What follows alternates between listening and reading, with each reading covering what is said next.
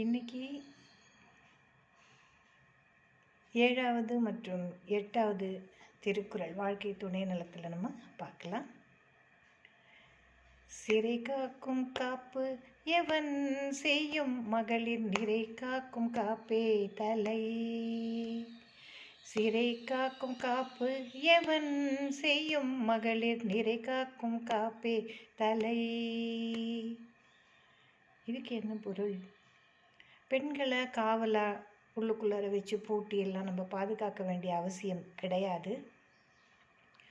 அவர்கள் தமது நிறை, அதாவது மிகுந்த வீரம், கற்பு, திண்மை இவற்றை கொண்டு அந்த பண்பால் தம்மை தாமே காத்து கொள்ளுதலே மிகவும் சிறப்பானது என்று கூறுகிறார். அடுத்ததுக்கு போலாமா? பெற்றான் பேரின் பெருவர் பெண்டேர் பெரும் சிறப்பு புத்தேளிர் வாழும் உலகு.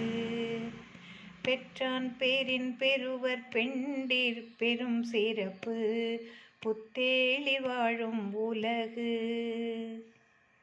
இதுக்கு என்ன பொருள் அப்படின்னு பார்த்தோன்னாக்கா,